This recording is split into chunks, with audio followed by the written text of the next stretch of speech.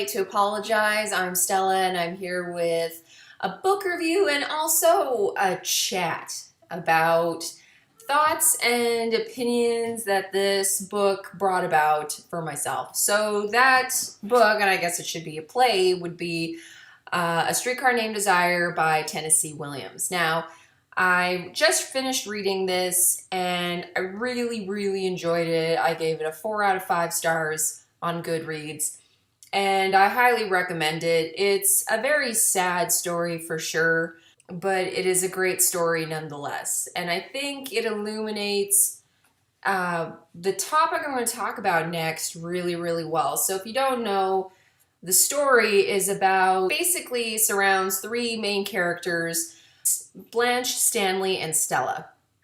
And Stanley is married to Stella, and Stella and Blanche are sisters, and they grew up in an affluent setting. And Stanley is very much a sort of blue-collared guy. Stanley's basically an asshole. Blanche comes to visit and live with Stella and her husband Stanley for some time until she can figure out what she's going to do with her life, because as we come to find out and learn, she has lost the family estate due to lots of debt that had been incurring through different tragedies that have happened with the family. And she has sort of alienated herself in her hometown that she did come from. So now she's sort of figuring out where she wants to go, and she is staying with Stanley and Stella. Now, Blanche's character is a bit on the fragile side, it seems, to begin with. She sort of has this wild imagination. She's really looking for someone to take care of her so she doesn't have to worry anymore. So she's on the hunt for a man. She's looking for a relationship and possibly not going about it in a good way. But she also loves attention. She's quite self-centered and vain. And this tragedy is that she has a fragile state of mind at this point, and Stanley, being the beast that he is, pushes her over the edge and, spoiler alert, rapes her at the end of the novel. And at which point, because of Blanche's sensitive mental state, no one believes her story, and she is carted off to an insane asylum. So this is, as I said again, a really great story. I find it very realistic. The characters were realistic. Stella is deeply in love with Stanley, and she exhibits a lot of the mentality of an abused woman in a relationship. She loves Stanley and will forgive him just about anything. She's pregnant. Stanley hits her. She goes back to him, and apparently it's happened before. It's implied that she has run to her neighbor's home in the past and returns to Stanley, and it's kind of looked upon as something that's just normal. And Blanche is, interestingly enough, even though she has a fragile state of mind, is the only one who sees the abuse for how horrible it actually is, and yet no one will listen to her, and she's the only one speaking reason, which is an interesting turn of events anyways. So I really enjoyed this book, this play. This was my first Tennessee Williams play that I had ever read. But now, on to the topic that I was wanting what this book sort of brought up, is hard topics for humanity as in general that we deal with. So in this book, there's rape and there's domestic abuse, and domestic abuse especially is super prevalent right now in the media with all of the football players, and not just to say football players, but just in general, domestic abuse is a really big issue. I'm always a firm believer that art should imitate life, and that the more real a story is, the more people will relate to it, and the more gritty it feels, and the more realistic and the deeper you can reach your audience. And I completely believe that. And so I totally agree with, you know, movies and novels that explore really difficult times in the history line of humanity, whether it be war or genocide or slavery or uh, equality issues. I think also what's an interesting position to look at is when we constantly retell these stories of all these injustices, which are very important stories that need to be told.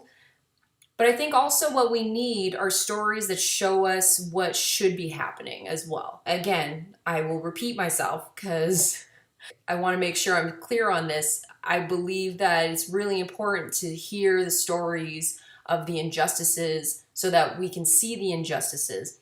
But I think just as important is we also need the stories to show us how we should be behaving in society. You know, whether to show equality among everybody, to show that, racism isn't happening anymore, to give every character of color or gender or sexual orientation the same weight as any other character out there. And I think those stories are really important to have happen as well, because I believe to a certain extent, if we keep rehashing the same stories of atrocities that humanity has repeatedly committed, are we just dulling ourselves to the shock value of that? Are we becoming okay with it? I find it like an interesting parallel, because it's not to say that I want all stories to be prim and proper and to be showing us how we should act, and there shouldn't be swears and there shouldn't be any discrimination and anything like it's. And it wasn't just this book. Reading this, deals with domestic violence and rape. But this also goes to, I'm a huge fan of Game of Thrones, and George R. R. Martin sort of, with this last season of Game of Thrones, season 4, there was a scene where Cersei is raped by her brother, who was in an intimate relationship with before. And there's a repeating occurrences of rape in his novels, in the series of Game of Thrones. And he took some flack for that, because articles that I've read said that he keeps, that these issues of rape are never addressed in his novels, that it just happens and the story moves on and no one says, there's no justice handed out, there's nothing, it's not addressed, So, and George R. R. Martin's response to that was that in this historical set fantasy, and we all know in human history and still to this day, there's a lot of rape that happens. And he was saying that, George R. R. Martin was saying that he wanted to be very realistic, and yes, reality is cruel. And so I understand that argument. I understand how we want art to imitate life, because I think one of the most interesting things about fiction, and I'm a huge lover of fiction, is that it's like you're reading magic, because you get to experience something really real through an illusion, right? Because it's fiction. It's not reality, but you are experiencing something real with an illusion. You know what I'm saying? And so, and then in regards to this Game of Thrones thing, I can understand the other side of the argument where, if we continue to show, this reality where women are raped and there's no consequences, or no one stops to think about it or question it, if we continue to portray those stories and that's what we keep reiterating over and over again, then we're not progressing anywhere, right? Where, yes, it's wrong, and we know it's wrong, but it's not progressing anywhere. Are we trying to make it better, or are we pulling back the progress because we're stuck with the wrong? I'm hoping that makes sense. I also find this same topic very interesting in racism as well. We keep getting stories, where we see movies of stories that really deal with racism a lot. which is, again, this is a really important issue, and we can't hide the atrocities of racism.